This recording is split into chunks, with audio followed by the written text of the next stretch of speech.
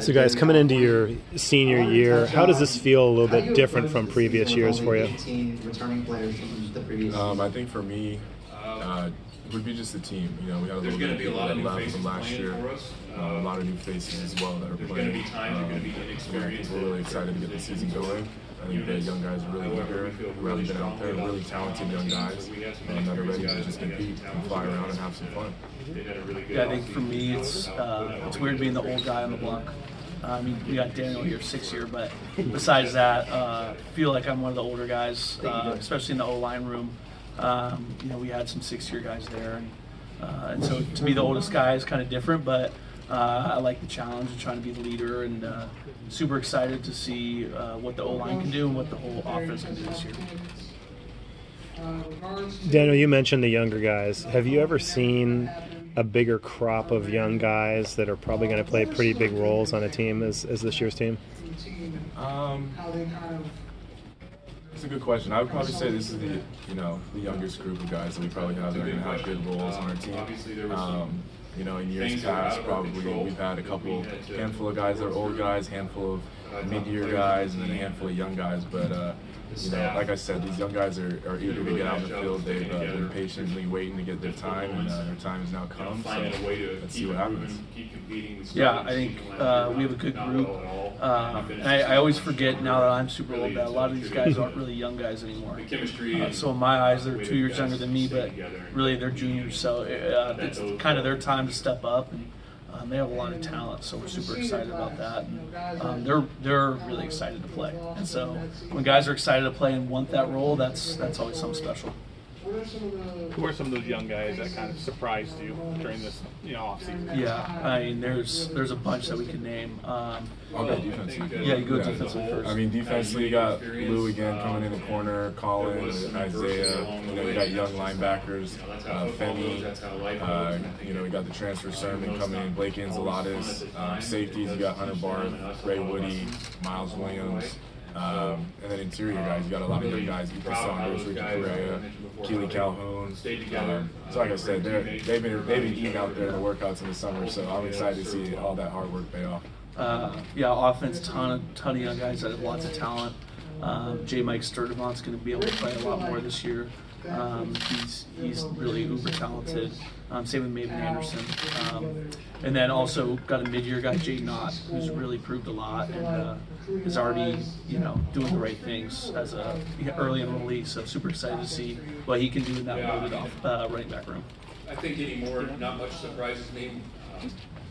Was it big news? Yeah, it was. But I'm very bullish on our program, our institution, what we can offer a young man who wants to come get a great education, get coached well, get treated really well, and so we will continue to recruit California very hard, so that won't change one bit. Yeah, I mean, being a SoCal kid, I always grew up being a Bruin fan, but ever since committing to Cal, I've been a Bear forever, and I always will be a Bear. I think it's a great opportunity for players wherever they go and whoever they play, but at the same time, Cal's excited to be here in the Pac-12. Cal's excited just to get the season going, put the ball down in game one, and get it going. But it's a shifting space. But what we like to do at Cal is focus on what we can control the controllables. And for me, I know none of the decisions I make will probably affect conference realignment. So I'm just happy to be playing football. Sit next to them. That's what the goal is and where it's been set, and we have conviction that if we take care of the things we can control, we'll give ourselves an opportunity.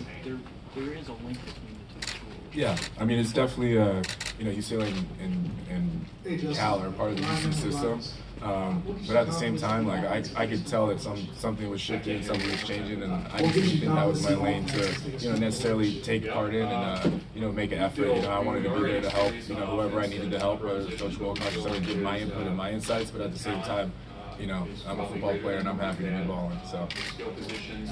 We feel like we're going to have some more guys that create He's a stud. He came in. He's a good leader. He leads by example, which is always really strong in what you want from your quarterback. He's got a rocket arm, like you see it out there. You know, we've had some really good quarterbacks in my time, but you know what Chase maybe had in his running ability, Plummer has that in his throwing ability. So just super excited to see what he can do with his arm. And, you know, he's doing extra work every day, and he's already getting into our wide receiver. So he really takes command of the huddle, which I appreciate as a center. Matthew, a lot of turnover on the offensive line. Yeah. It's just you and Cole, right? What do you think of the young guys? You think anyone's really going to step up? Yeah. Play a big role this year? Yeah, I mean, we have 8 guys deep, I think, who played with the ones and you know, have either this past spring or coming in from a different school. We got 2 transfers too. Yeah, Spencer Lovell and TJ Sessions. TJ was in the national championship game for that for Montana State last year at FCS. Spencer, you know, was a good rotational player at ASU and is looking to get his opportunity. But then, you know, on the same token, we got Brian Driscoll coming back from an injury. Who got some serious minutes last year. Braden Rome, who played left tackle for us when Will Craig got hurt. And then we got Everett Johnson and Bastion Swinning, both uber talented guys, big guys that can really step into that role. And, you know, as they continue to play, they'll learn more. Offensive line is the most developmental position, definitely out on the field. So as they grow, they'll learn more, and we'll be really solid. What's your biggest takeaway from the whole COVID experience, things being canceled, that extra year being given back to guys? Yeah. Obviously, COVID was not ideal. You know, obviously there's people out there getting sick, so it's more than just football, so we appreciate that. But it sucked to not get to play some of those games, but we just move on. And I think me and Dan were talking about it, like we grew closer as a team. I think last year some things happened, and you know, we came back strong, and now we have some serious momentum going into this year. So you know, everything happens for a reason, and it's unfortunate, but I think it helped us grow together, and hopefully that shows this year. What was the biggest thing that you learned from yourself as a player through all that adversity? I think I just learned that I was more than a player, if that makes sense. I think you kind of realize, like, okay, some things are bigger than football, and you find out what you really love. And I love football, and I love working at it, and so you take that, you kind of take those two and you combine them together, and that really helps your mindset shift, and that you want to work hard, you want to do the best you can because that's what you love, but you also know that there's more than just football out there. And the rivalry with Stanford, obviously, big games, huge deal. What's the most important part about that rivalry that you want the young guys to understand?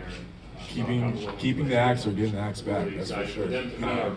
But it's a storied tradition. You know, it's been hundreds of years that Cal and Stanford have been playing each other. You know, you got the big game, the big play that happened 40 years ago. So it's a traditional rivalry, but at the same time, it's a football game. You know, it's one of the 12 games we have this year, and we need to win. So keeping that axe is on the top of our mind. I think the other cool thing is you'll be in class all week. Professors will be talking about it. Students will be talking about it. So like the buzz about it is just crazy, unlike any other game. And you know, when we beat Stanford for the first time in 10 years, 2019, we had guys crying out on the field hugging us. So you see how much it means to the fans, and then that helps you in turn kind of realize what it means to you. How much interaction have you had with Marshawn Lynch? He's come around. Yeah, he's come around here and there.